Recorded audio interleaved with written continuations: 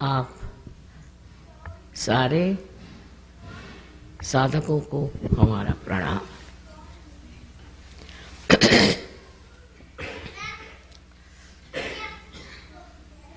हम मंदिरों में जाते हैं भगवान के दर्शन करने और चाहते हैं कि हमें वो प्राप्त हो। इतना ही नहीं, हमारे अंदर अनेक इच्छाएं होती हैं जो हम सोचते हैं कि परमात्मा परिपूर्ण कर देंगे। ऐसी अनेक कारणों से हम मंदिरों में जाते हैं कि वहाँ का वातावरण हमें शांति दे और समाधान दे। ये बात तो सही है कि ये सब चीज़ें घटित हो सकती और इसीलिए मंदिर बनाए गए हैं, लेकिन इससे भी आगे कुछ जाने का और कुछ पाने का है, और इसका मूल तत्व भी हमारे हिंदू शास्त्रों में लिखा हुआ। लेकिन जब हम कुछ पढ़ते हैं तो उसके अंदर छिपा हुआ अर्थ हम नहीं समझ पाते कभी कभी। अभी आज अच्छा है कि कृष्ण के मंदिर में ही आपने मुझे बुलाया, क्योंकि कृष्ण भी बड़ा महत्वपूर्ण स्थान है। हमारे कुंडलिनी के जागरण की जो हम बात करते हैं उसमें कृष्ण का स्थान बहुत ऊंचा है। उनके बगैर तो कुछ काम ही नहीं हो सकता। उनका स्थान हमारे अंदर, यहाँ पीठ के पीछे में कहना चाहिए, गर्दन के नीचे, इस जगह उनका स्थान है। अब ये बात है या नहीं, ये हम जो बात करें सच है या नहीं, इसकी भी आपको प्रचिति होनी चाहिए। क्योंकि हम कह रहे हैं इसलिए आपको मान नहीं लेना चाहिए। और इसी वजह से हम सहयोग में जब आते हैं तब ये होता है कि हमारे अंदर बसी हुई ये शक्ति जो त्रिकोणाकार अस्थि में है, जिसको हम कुंडलिनी कहते हैं, ये सारा शास्त्रों में लिखा हुआ है। ये कोई हम ही कह रहे ऐसी बात नहीं। इसका जब जागरण होता है तो वो 6 चक्रों में से गुजर करके 7वां चक्र कुंडलिनी के नीचे होता है श्री गणेश जी का, और 6 चक्रों में से गुजर करके और हमारे ब्रह्मरंध्र को छेदती है, जो यहाँ पर सर पे, जिसको अंग्रेजी में फॉन्टेनेल बोन कहते हैं, उसमें से छेद करके चारों तरफ फैली परमात्मा की जो प्रेम शक्ति है, कार्य शक्ति है, जिसे संस्कृत में परम चैतन्य कहते हैं, उससे एकाकारिता प्राप्त करती है। जब यह घटना घटित हो जाती है तब हमारा संबंध उस परम शक्ति के साथ हो जाता है। उससे पहले जो भी हम कर रहे हैं इसलिए कि हम परमात्मा को याद रखें, धर्म को याद रखें, सही रास्ते पर चलें। पर ये सब करने के बाद आगे क्या? कल आपके बच्चे पूछेंगे कि ये सब क्यों करते हो, इससे क्या फ़ायदा है? और इसका फ़ायदा तभी पता चलेगा जब आपकी कुंडलिनी का जागरण हो करके चारों तरफ फैली इस प्रेम शक्ति से एकाकारता प्राप्त करें। और इसको सहज इसलिए कहा जाता कि ये बिल्कुल ही सहज है। सहज तो आप जानते ही हैं मतलब क्या है, पर इसका और मतलब है विश्लेषण से कि सह माने साथ, जो माने पैदा हो। आपके साथ ही ये योग, जिसमें कहते हैं कि ये हमारा जीवात्मा जो है वो इस शक्ति से जब एकाकारिता प्राप्त करता है, यही असली योग है। ये योग बिल्कुल सहज है और सबके अंदर स्थित है। आप हिंदू हो, चाहे मुसलमान हो, चाहे ईसाई हो, चाहे आप काले गोरे कुछ भी हो, ये कुंडलिनी शक्ति सबके अंदर स्थित है। तब हम लोग अलग अलग कैसे कह सकते हैं? ये ज़रूर है कि हमारा भारतीय कल्चर बहुत ऊंचा है, इसमें कोई अपने संस्कृति की विशेषता, और उस संस्कृति के वजह से हम लोग एक कायदे के तरीके से चलते हैं। पर तो भी उसका अंत जब तक हम नहीं प्राप्त करेंगे हमें सुख नहीं मिल सकता, आनंद नहीं मिल सकता, और जो कुछ भी हमें वचन दिए गए हैं वो हो नहीं सकता। इसका जागरण करना कोई कठिन काम नहीं था, लेकिन पहले ज़माने में ऐसा देखा गया कि इस तरह की कोई प्रणाली थी, इस तरह की कोई परंपरा थी कि उस परंपरा के कारण एक इंसान को ही कोई जागरूक करता था। एक ही आदमी उस दशा में जाता था।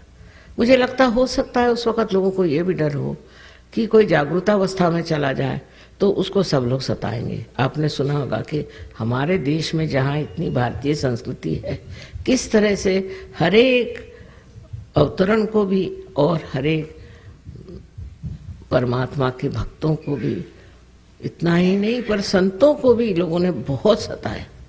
और पता नहीं क्यों सताते थे, मेरी समझ में नहीं आता है कि ऐसी सताने की ज़रूरत क्या थी, पर कुछ ऐसा हो जाता था स्वभावतः कि वो लोग संसार में रहने लायक नहीं रहते।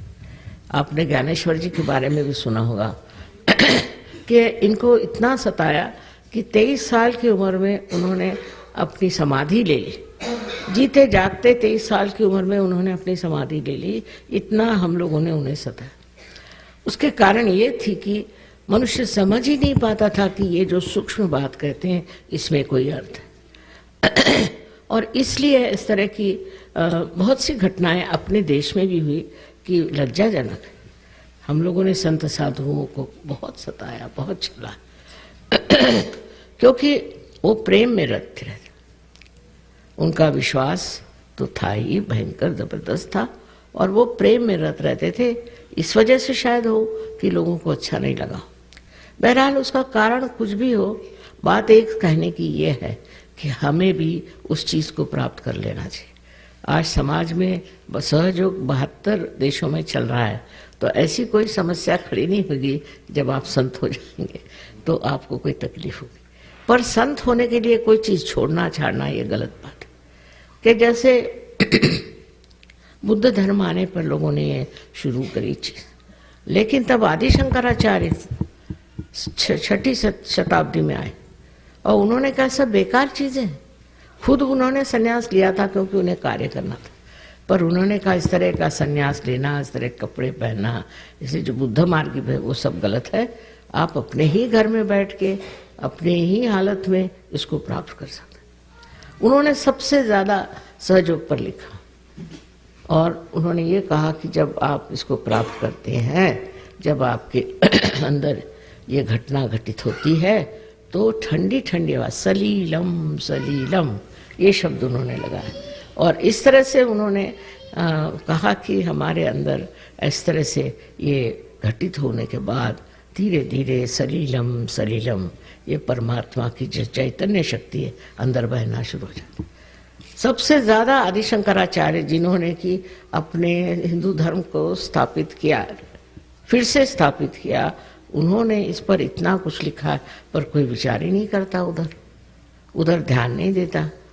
और उन्होंने ये जो हम जिसे अंग्रेजी में बेलोग वाइब्रेशंस कहते हैं उसको स्पंद शब्द लगा। स्पंद, हृदय में स्पंद होता है ना, हृदय का स्पंद, ऐसे ही उन्होंने ये स्पंद हाथ से बहता है। ये सब घटित होना चाहिए अगर हम उनको मानते हैं तो। और अगर हम हिंदू धर्म को मानते हैं तो आदि शंकराचार्य को पहले मानना चाहिए। वो बड़े भारी देवी भक्त थे, ये तो बात है, और हम लोग सभी देवी भक्त हैं। और इसकी वजह ये हुई मेरे ख्याल के उसके बाद किसी ने इधर ध्यान ही नहीं दिया, किसी ने कहा नहीं, और दुनिया भर की चीज़ें कहना शुरू कर दी कि कुंडलिनी के जागरण से ये नुकसान होता है, वो नुकसान होता है, ये तकलीफ होती है, वो तकलीफ होती है। ये बिल्कुल झूठ, सरासर झूठ बात है। ऐसे कुछ नहीं होता। जिस परमात्मा ने आपको बनाया, मनुष्य बनाया, उनकी खुद की इच्छा है कि आप इसको प्राप्त करें। और ये आपकी स्वयं की माँ, अपनी अकेली माँ है, आपकी माँ है, और आपके बारे में सब कुछ जानती है। आपसे कुछ गलतियाँ भी हुई होंगी, आप में कुछ आकांक्षाएं रही होंगी, आप चाहते होंगे कि हम ये बन जाए, कुछ स्वप्न रहे होंगे। उनको पूरित करने के लिए ये लालायित है कि आपको अपना दूसरा जन्म प्राप्त हो, और ये देना चाहती है। वो आपको कैसे तकलीफ देगी? जब आप पैदा हुए थे तो सारी तकलीफें तो माँ ने ही उठाई थी, आपने कुछ उठाई थी क्या? इस तरह की गलत सलत बातें, धारणाएं फैला करके लोगों को और भी वंचित कर दिया, हटा दिया गया कि असलियत के। ये सही है कि मेरा जन्म एक ईसाई धर्म में हुआ था, तो शालीवाहन के हम वंशज हैं, तो वो किसी कारण से वो लोग ईसाई हो गए थे, लेकिन मेरे माँ और बाप दोनों भी संस्कृत के बड़े भारी विद्वान थे, और उन्होंने इस पर बहुत कुछ विचारणा की थी। उनका कोई धर्म छोड़ने की बात ही नहीं है। असल में बात है कि जो धर्म का बड़ा धर्म है, जिसे हम स्वधर्म, शिवाजी महाराज ने कहा था कि अपना स्वधर्म बढ़ाइए, स्वधर्म बढ़ाइए। स्व क्या? स्व आपकी आत्मा है, और उसका धर्म बढ़ाने को शिवाजी महाराज कह गए थे। उस स्वधर्म की बात ही हमारे माता पिता ने कहा था कि सबका स्वधर्म बढ़ाओ। उसमें ये सब चीज़ें कि हम ये हैं, हम वो हैं, वो खत्म होके हम विश्वव्यापी हो जाते। हम विश्वव्यापी हैं। हमें किसी ने ये नहीं बताया कि आप सीमित रहें। हम विश्वव्यापी होने की बात जो है, ये सब हमारे घर में हमारे माँ बाप ने ही पहले में कहा था, और उन्हें मालूम था कि मेरा जन्म किस लिए हुआ, और ये कहा था कि जब तक तुम ये कार्य नहीं करोगे, और बड़े पैमाने पर होना चाहिए, मासिस में होना चाहिए। एक आदमी को पार करने से कोई फायदा नहीं। जब ये कार्य तुम कर लोगी तभी तुम इस पर बात करो, नहीं तो दूसरी गीता हो जाएगी, किसी की खोपड़ी में नहीं जाएगी, नहीं तो दूसरे कुरान हो जाएगा, और सब भलती सलती चीज़ें करने लग जाएंगे, इधर उधर दौड़ने लगेंगे। तो इस वजह से उन्होंने कहा था कि इसमें अगर प्रामाणिकता रखनी है तो पहले चाहिए कि आप इस चीज़ को प्राप्त करें, इस चीज़ का पता लगाएं कि एक कुंडलिनी के जागरण का जो कार्य है वो एक इंसान में न होते हजारों में हो जाना चाहिए। अब तो सालों तक, मेरे 47 साल की उम्र तक मैं इसी की खोज करती रही कि मानव में क्या खराबी है, क्यों मानव नहीं प्राप्त कर सकता, हर एक आदमी में क्या प्रकार। मेरे फादर पुराने बहुत देशभक्त थे, और उनका संबंध बहुत सारे लोगों से आता था। वो पार्लियामेंट के मेंबर थे, कॉन्स्टिट्यूएंट असेंबली के मेंबर थे, और उनके साथ रहने से मुझे लोगों से बहुत संबंध आता था। बहुत सामाजिक होने की वजह से लोगों से संबंध आता, और मैं देखती थी कि इनमें क्या दोष है, क्यों इनकी कुंडलिनी नहीं जागृत हो सकती। उसके बाद मेरे पति भी ऐसे नौकरी पर रहे और ऐसी जगहों पर रहे कि वहाँ भी बड़ा सामाजिक जीवन था। उस जीवन में मैंने यही खोज लगाने की कोशिश की कि मानव में ऐसी कौन सी बात है जिस वजह से मानव इसे प्राप्त नहीं कर सकता। बाद में जब मुझे पता चला कि इस तरह के मेल जोल से ये चीज़ बन सकती है, तो मैंने ये काम 1970 साल में शुरू किया। 1970 में सिर्फ एक स्त्री हमारी शिष्या उनके आई थी, अब वो नहीं रहे, काफ़ी उम्र थी उनकी, लेकिन उसके बाद 12 लोग हो गए।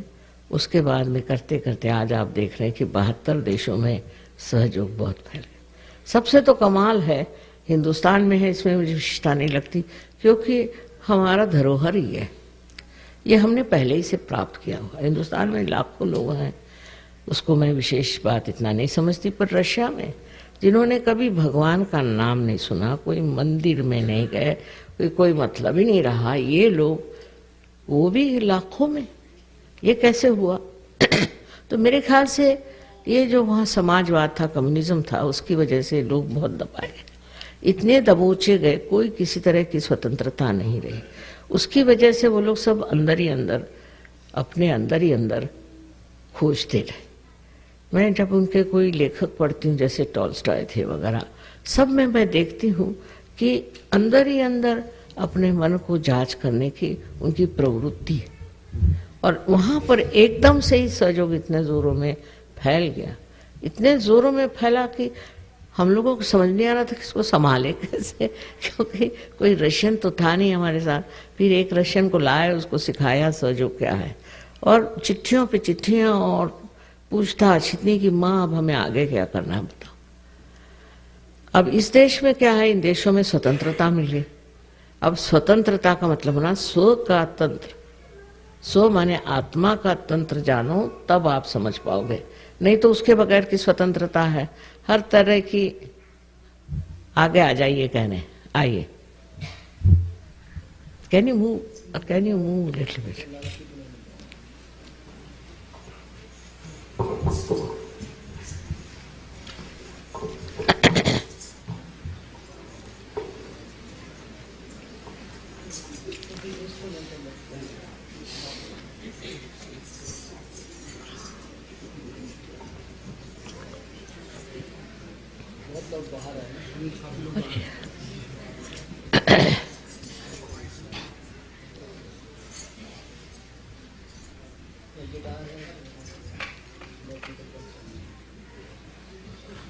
लोग और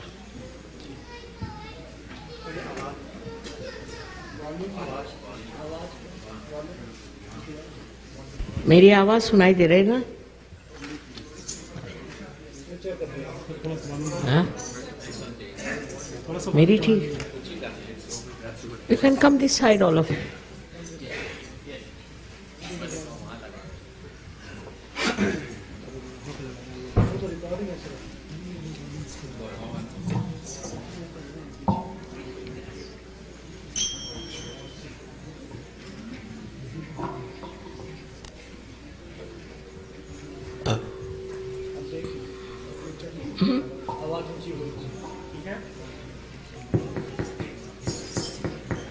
आ गए सब लोग? ठीक है, अब आवाज ठीक है, हो गई? बहुत अच्छी। बाहर तक लोग थे, सुन नहीं रहा था। अब बाहर जाएगी आवाज? बाहर जाइए बाबा। आप लोग यहाँ आ जाइए ना, क्या बात है, आ सकते हैं। सहयोगियों को पीछे कर दो। सहयोगी हैं? नहीं, बाहर तो दूसरे सहयोगियों को पीछे कर दो। हाँ, आप लोग सहयोगी can go out, I think, let them come in. You have heard me so many time. सहयोगी to move back, please. Please. तो आपको सहयोगियों को बुलाना नहीं चाहिए था। ये लोग तो हमेशा ही हमको सुनते रहते हैं, और फिर हिंदी में इनको क्या समझ में आएगा?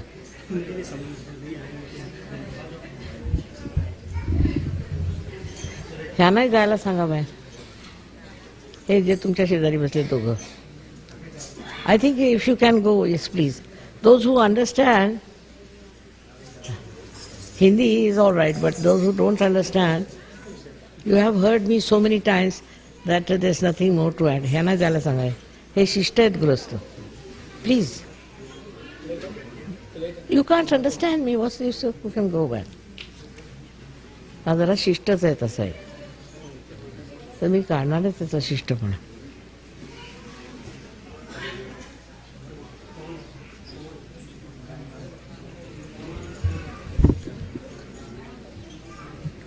अगर सहयोगी बुलाओ तो ये पूरा हॉल ही भर जाए.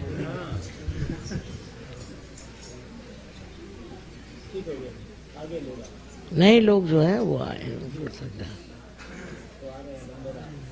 हाँ,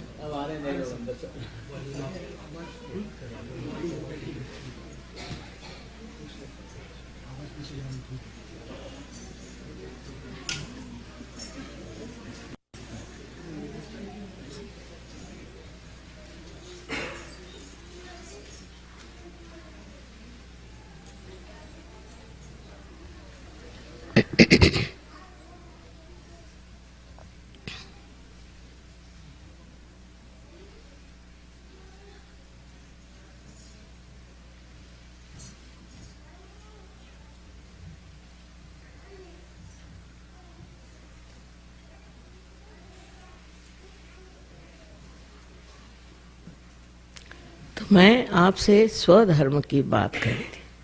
स्व माने आप खुद, लेकिन आप क्या हैं आपको पता ही नहीं. आप बाह्य से जानते हैं, पर अंदर से आप क्या हैं ये कुछ आप जानते नहीं. इसलिए आपके आत्मा की जागृति होनी चाहिए. आत्मा जो है आपके चित्त आने चाहिए, चित्त में आना चाहिए. जब वो आएगा तभी आप अपने को जानिएगा. अभी तक आप अपने को जानते ही नहीं हैं. तो आप जब कहते हैं मैं ये करता हूँ, मैं, तो ये मैं है कौन, इसका तो पता लगना चाहिए कि मैं कौन है. और जब इस मैं का पता चलता है तो हैरान ही होते हैं कि हम जैसे कोई एक बूंद सागर में मिल जाता है, उस तरह से हम पूर्णतया लुप्त हो जाते. उस सागर में, उस प्रेम के सागर में लुप्त हो जाते. और वही सागर, वही परम चैतन्य हमें सब कुछ देता है. हमारी सब आकांक्षाएं पूरी हो जाती हैं, हमारे सब जिसको कहते हैं प्रश्न हैं वो सब छूट जाते हैं. ये करने की उन्हीं में शक्ति है. हमारे अंदर शक्ति नहीं, हम तो सोच सोच के पगला जाएंगे, कार्य नहीं होता. हर तरह की चीज़ उसमें ठीक होती. आपको अब जैसे बहुत सी चीज़ें हैं, अब जैसे सामने श्री कृष्ण का वो समय है जबकि उन्होंने युद्ध में क्या बात करी थी गीता। उसको भी समझने के लिए मेरे ख्याल से जब तक आपका स्वधर्म जागृत नहीं होगा आप समझ नहीं पाए। पहली बात है कि कृष्ण ने कहा भक्ति में कि पुष्पम फलम तोयम, तुम कुछ भी हमें दो तो वो हम स्वीकार कर लें। और देखिए शब्दों में खेले, क्योंकि जरा वो जानते थे कि मनुष्य महामूर्ख है तो उसको शब्दों में खिलाना चाहिए। मेरे जैसे सीधी सादी बात नहीं करते थे, जरा गोल घुमा के करते थे। तो कहते कि मिलेगा क्या? मिलेगा तब जब आप में अनन्य भक्ति हो। अब पता अनन्य शब्द पे खेल गए, वो साधारण मनुष्य नहीं समझ सकता अनन्य खेल क्या होता। अनन्य ऐसा है जब दूसरा नहीं रह जाए। अनन्य माने परमेश्वर से जब आपकी एकाकारिता स्थापित हो, उस अनन्यता में ही तुम्हें भक्ति फलीभूत हो। नहीं तो आप गा रहे हैं, चीख रहे हैं, चिल्ला रहे हैं, सुनने वाला कोई नहीं, कनेक्शन ही नहीं हुआ।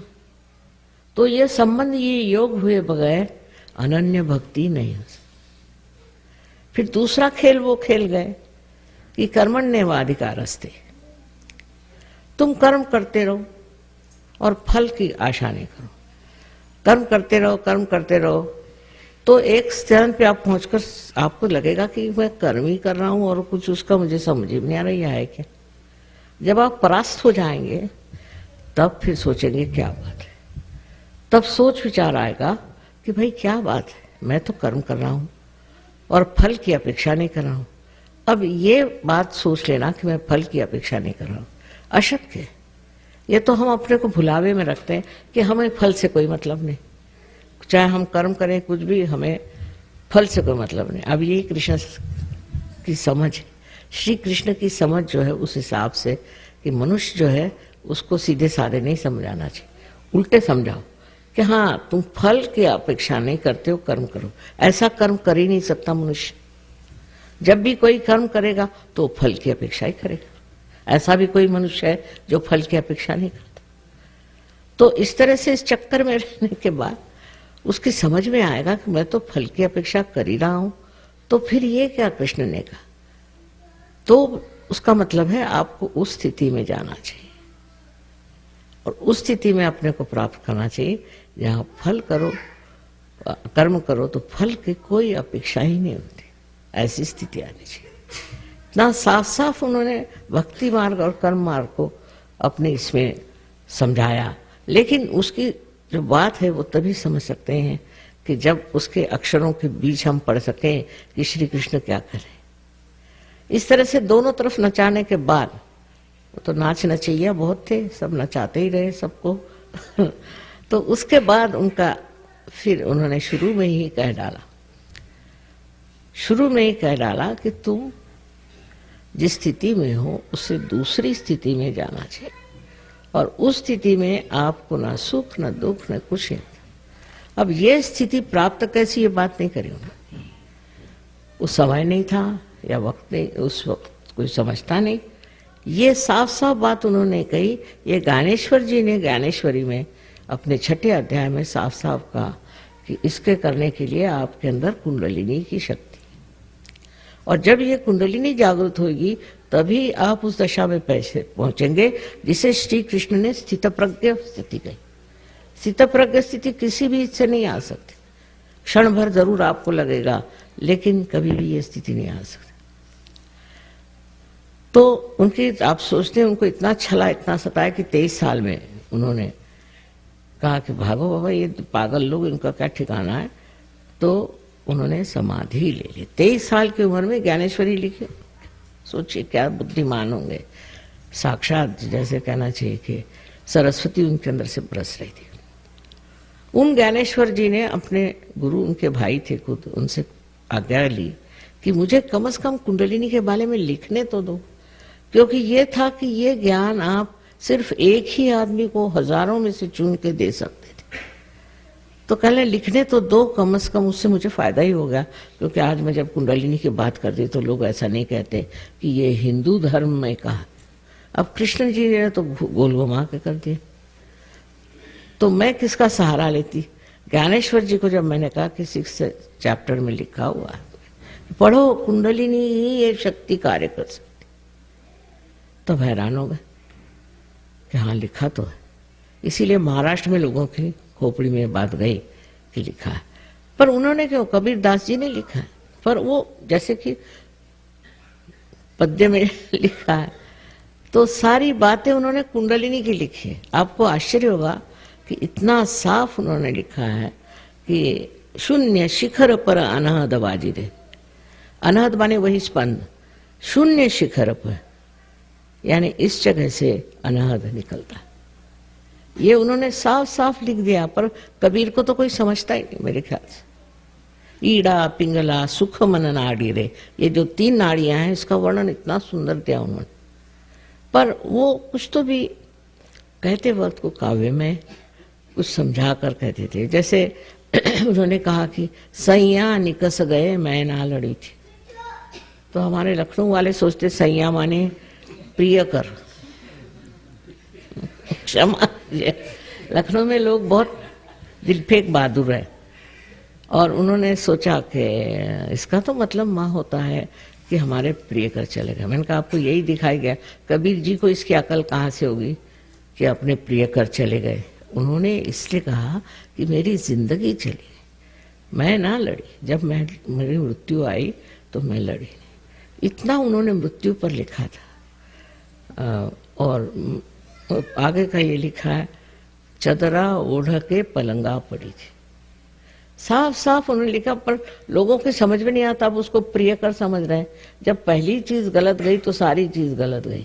और उन्होंने गोल घुमा घुमा करके लिखा, क्योंकि मनुष्य अगर कहे कि मृत्यु के समय में तो कोई पढ़ेगा ही नहीं।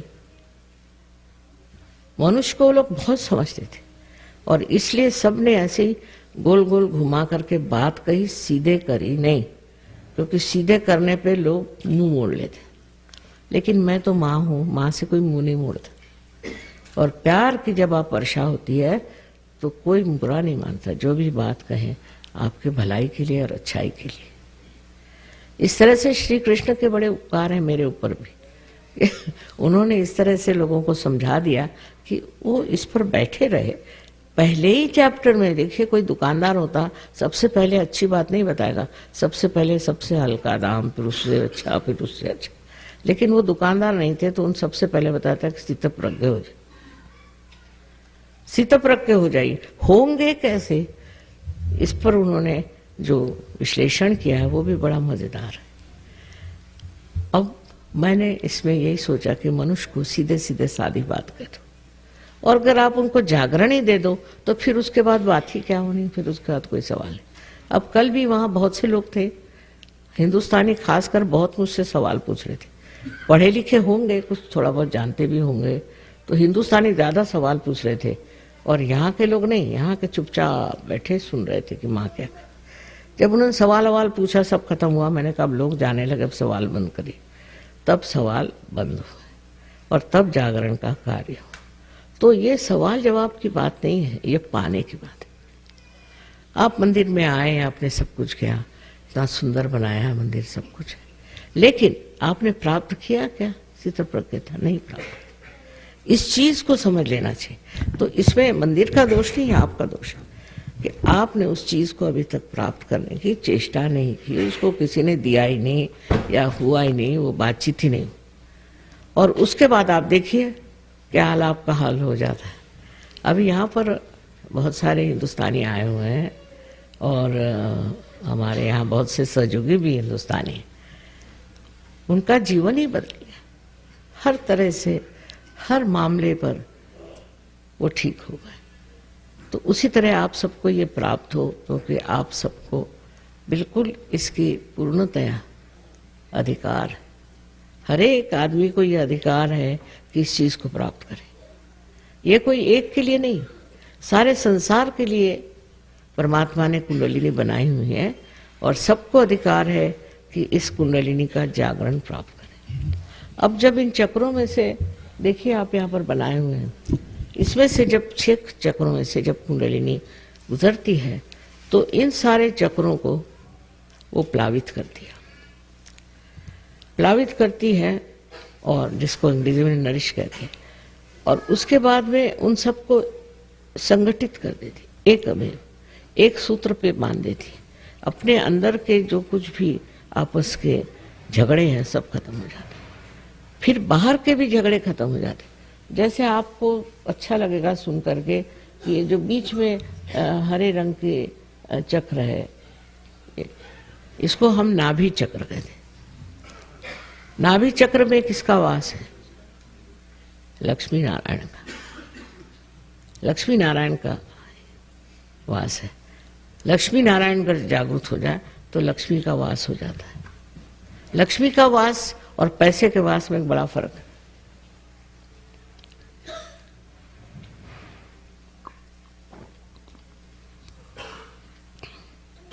पैसे का मतलब ये होता है कि आज आपके पास एक चीज है तो उसके लिए लड़ झगड़ के आपने बड़ी मेहनत करके एक मोटर समझ लीजिए खरीदी। मोटर घर में आई लेकिन संतोष नहीं आया, समाधान नहीं आया। अब आप कहते हैं घर बनाओ, फिर आपने मेहनत करके घर बनाया, उससे भी समाधान नहीं है। और सारा आज का जो अर्थशास्त्र है, इकोनॉमिक्स है, वो सारा इसी एक प्रिंसिपल पे है कि मनुष्य कभी किसी भी चीज से समाधान ही नहीं होता, उसको भगाते रहो। आज ये खरीद तो कल वो खरीद, तो कल वो खरीद, तो भी जो खरीदता है, इतनी मेहनत करता है, इतना पैसा लगाता, उसका समाधान नहीं प्राप्त होता। ये क्या बात है? जब आपने जिस चीज के लिए इतनी मेहनत की उसका कम से कम एक क्षण बैठ के समाधान तो लो, वो नहीं मिलता। अब जो दूसरी बात है कि जिसमें आप समाधान को उठा सकते हैं, ये लक्ष्मी तत्व है। लक्ष्मी तत्व में क्या होता है कि जब वो जागृत होता है तो हमारे जितने सांसारिक प्रापंचिक प्रश्न हैं वो सब छूट जाते हैं। ऐसे छूटते हैं कि आप हैरान हो जाइएगा, वो समझ में नहीं आएगा कि ये छूट कैसे गए। सारे प्रश्न अपने आप छूट जाते। लक्ष्मी जी जब आके बस गई तो आपको क्या चाहिए? पर उसके बाद में समाधान, उस चीज से मनुष्य को समाधान आता है। और लक्ष्मी जी का भी स्वरूप इतना सुंदर बनाया हुआ है कि लक्ष्मी जी के हाथ में 2 कमल है और स्वयं कमल पे खड़ी है, माने बिल्कुल हल्की फुल्की है। किसी पे उनका रोब नहीं, दाब नहीं, कुछ नहीं, किसी पे शान दिखाना नहीं, कोई जबरदस्ती नहीं, अपनी शांत खड़ी है। और 2 हाथ में कमल है, इसका मतलब है वो भी गुलाबी रंग के। गुलाबी रंग जो है द्योतक है प्रेम का, माने प्रेम से भरी हुई है। और ये लक्ष्मी जी जो है ये आपको वरदान देती है कि जिसके से आपका मकान इस तरह से हो जैसे एक कमल होता है। अब कमल की क्या विशेषता है कि कमल जो है वो आप देखिए कि एक सुंदर सा फूल है और चाहे कोई आए, कोई कीटक आए, उसके कितने भी कांटे जैसे पैर हो, कुछ हो, उसको स्थान है वहाँ आराम करने के लिए। और रात में वो अपने कमल दल बंद कर लेते हैं जिससे शांति से सो सके। इसी प्रकार आपका भी मकान होना चाहिए, सुंदर हो, सजा हुआ हो, और उसमें कोई आते हैं तो वो आराम से रह सके। ये एक हमारे यहाँ बहुत बड़ी चीज़ है हिंदू धर्म की कि हम लोग जो है बाहर से कोई आता है तो उसका बड़ा पाचारण करते हैं। उनको अतिथि को हमारे यहाँ कहते हैं कि अतिथि भगवान होते हैं। ये चीज़ हमारे अंदर आ जाती है जब हमारे अंदर लक्ष्मी तत्व जागृत होता है और उसका पूरा सरंजाम और सामान जुट जाता है। बिल्कुल सही बात करें आपसे। अब ये तो हुई कमल की बात, और एक हाथ से वो इस तरह से आशीर्वाद देती है। आशीर्वाद का मतलब ये है कि आपके अंदर जो भी कुछ आपने प्राप्त किया है वो आप दूसरों को दें। इतना ही नहीं, पर आपके आश्रित हैं उनको आप संभालिए, उनको आप आशीर्वाद दें। जो आपके आश्रित हैं, आपके नौकर हैं, चाकर हैं, रिश्तेदार हैं, सबको आप आशीर्वादित करें। और चौथा हाथ जो है वो इस तरह से है, माने आप दानी होना चाहिए, आपको दान करना ही चाहिए। अब सत्पात्र होना चाहिए, देख के करिए दान, ये कबूल बात है, लेकिन दान भी देना चाहिए। ये नहीं कि सारा पैसा आप अपने लिए खर्च करें, तो लक्ष्मी जी की कृपा नहीं है। पर ये अपने आप हो जाता है, ये कुछ कहना नहीं पड़ता, अपने आप घटित हो जाता है, क्योंकि आपके अंदर लक्ष्मी बहने लग जाती है और आपका मन इसी से तृप्त होता है कि आप दूसरों को देख रहे हैं।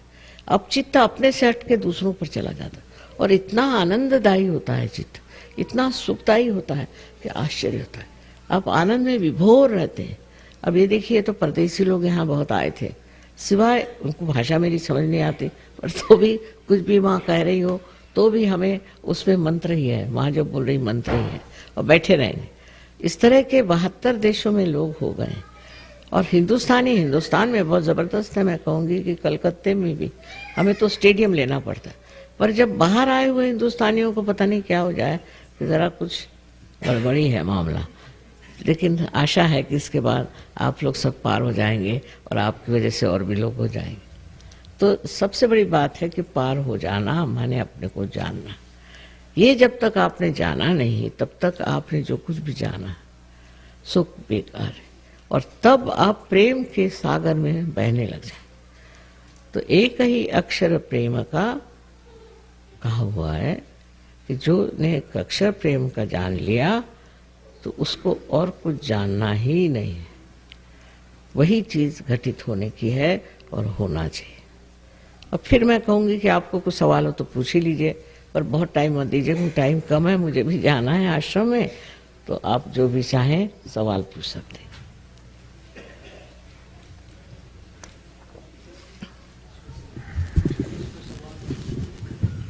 किसी भाई बहन को कोई विशिष्ट सवाल पूछना है तो पूछ सकते हैं, कृपा कोई ऐसे एर गैर सवाल नहीं पूछना। विषय के साथ संलग्न आप पूछ सकते हैं, कृपा करके। खड़े होकर पूछना, अवश्य खड़े हो जाना। या चिट्ठी लिखिए अंग्रेजी या हिंदी में। अच्छा, नहीं तो अंग्रेजी में यहाँ लोग भूल गए होंगे, हिंदी तो कोई हर्ज नहीं।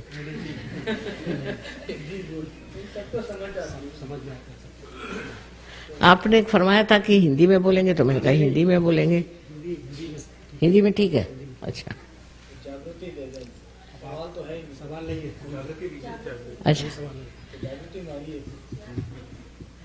फिर जागृति ले लीजिए।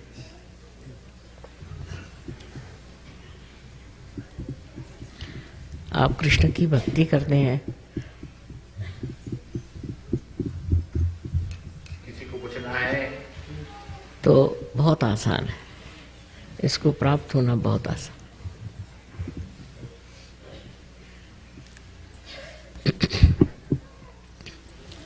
आप दोनों हाथ मेरी ओर करें।